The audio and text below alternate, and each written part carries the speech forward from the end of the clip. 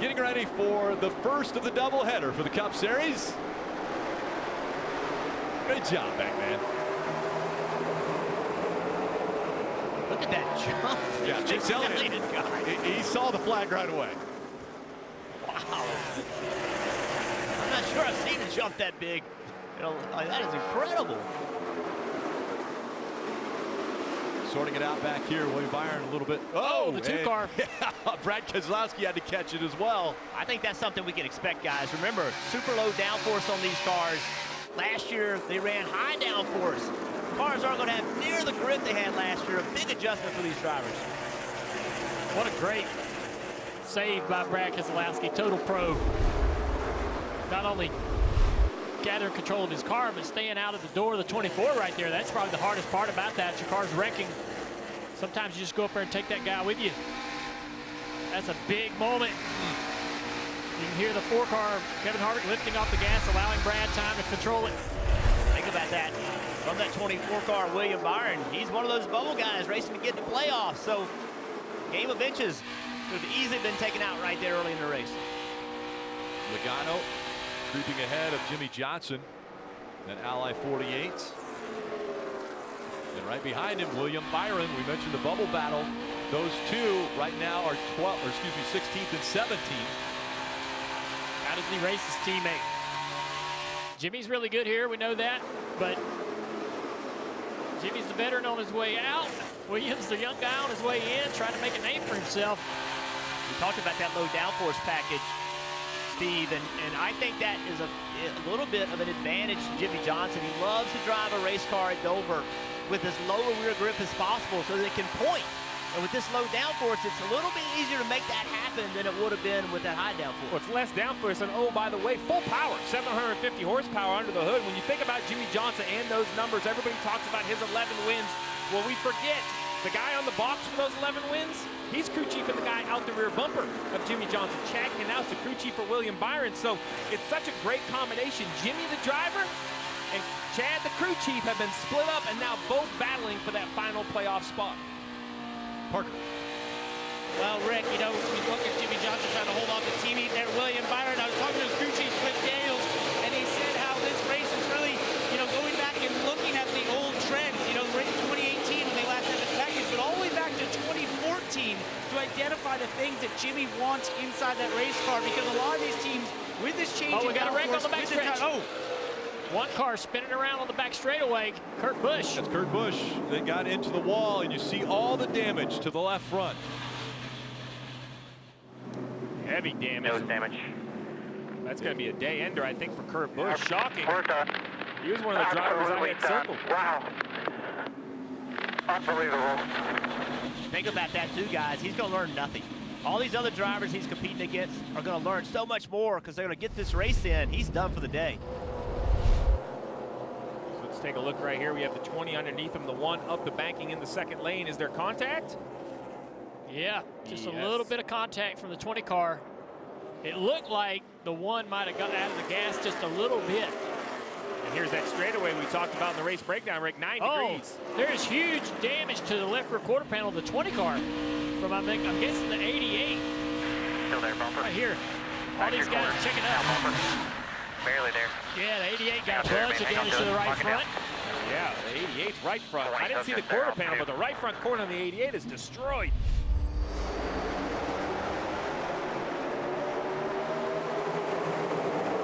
Great restart from that inside line. That outside's been dominant so far all day today. And again, the 3 car takes that outside and uses it. Look at Denny Hamlin, 3 wide around the top. Big momentum from that 11 car.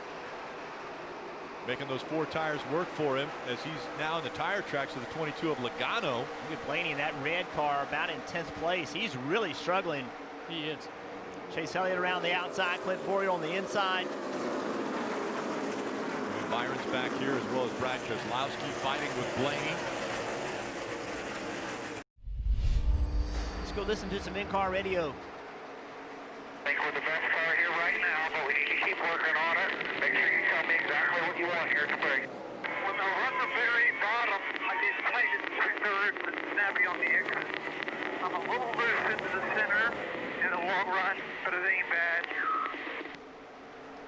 That's what, hey Steve, if you're a crew chief, don't you love it when your driver, it says, I'm a little loose right at the beginning of the center, but not bad. I mean, that opens your door up to being able to do more things to your car. It's great feedback as we see 1 lap to go in this stage. I also love Chris Gabehart being honest. I think we're okay right now, perhaps the best car right now, but he has seen that improvement you just talked about in Kevin Harvick with positions, Rick. He sees there are cars they are not battling right now, they will be later, so reminding his very experienced driver, keep talking to me, tell me what you need. Denny Hamlin is going to grab his 6th stage win of 2020. He wins stage 1 of the first race of the doubleheader from the Monster Mile. And Austin Dillon, when all that pit stop sequence started, he was running 18th. Stayed on the racetrack, finished 2nd. Keselowski, Boyer. Jimmy Johnson. Jr., yes, Jimmy Johnson. Grabs a few points here. William Byron not in that top 10.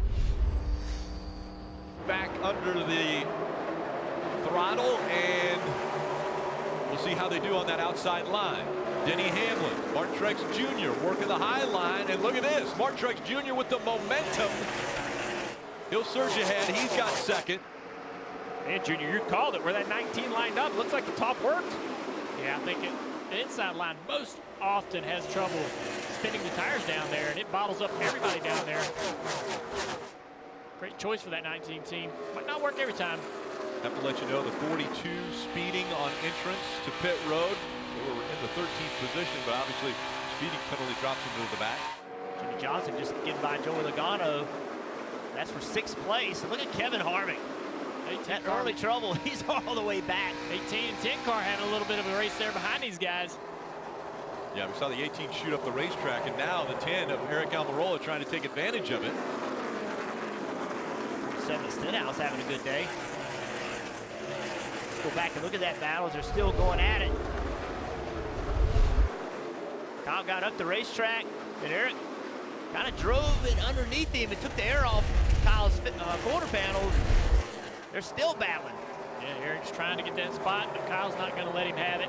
That's something you just don't see with the package they ran here last year. You can hardly make someone loose the way that Eric made Kyle loose right there. Oh, thought that 18 was going to get the fifth there, pushing hard, using every inch of this racetrack to try to hold that position, and he does.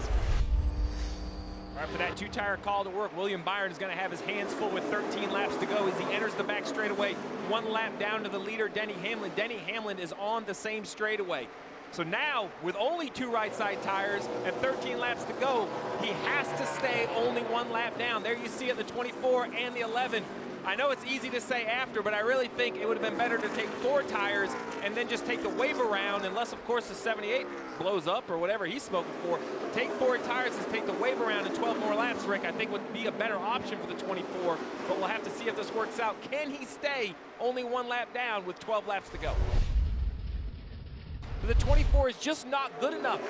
Jeff, what's the difference between 1 lap and 2 laps down? It's forever. So many options, right, when you're only 1 lap down. Now at 2 laps down and old left side tires, he can't stay out in 4 more laps. He's stuck. Yeah, that's the problem. He can't stay out. He's going to have to pit. And otherwise, to your point, you could have put 4 on, fill it with fuel, and go ahead and take the damage then, but not pit at the stage break and hope to get his lap back. But that was a gamble. Right, staying out for a long time was a gamble that did not work out. But I'm okay with the staying out. It's the 2 tires, I think, was the missed call for the staying out. And Steve, they know, I mean, through engineers, computers, they knew when he was going to come out in relation to Denny Hamlin. Or at least a pretty good idea. If they do a 2-tire stop, they're on pit road for this amount of time. That means they get back out on the racetrack. They'd be just in front of the 11.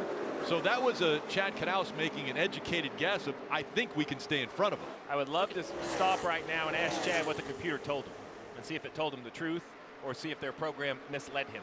Look at the points. Now this point battle projects out as if everybody's going to finish just like this. Keep that in mind. But remember the lead coming in here that William Byron had on Jimmy Johnson. And now if everything stays the same, that lead is erased. And how about, yeah, a point for Jimmy there as he gets by the 22. Oh, look at there. A little contact. Bubba gets into the back of him. Bubba racing hard here. Last time, the 11 won the first 2 stages. He went on to win. That was Miami. Joey Logano got into Bubba Wallace last week. Maybe Bubba just saying, you know what, I didn't like that last week. So Denny Hamlin wins stage 1 and stage 2. Can he get back in his winning ways? Back up through the gears they go to get underway with the final stage.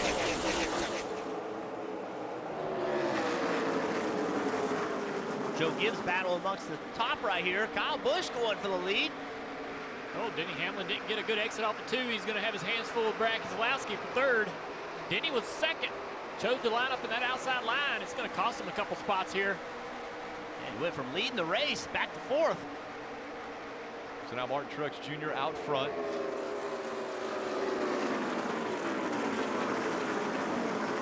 Jimmy Johnson running the high line above the 9, Chase Elliott. Those two continue to fight. Their teammates as well. And Hendrick. Chase Elliott has a really fast race car. About Ricky Stenhouse Jr. I'm telling you, if Martin Truex Jr. doesn't find a way to get around this 10 car, the 11's going to get there. You see it closing in. Truex running that bottom in that dirty air.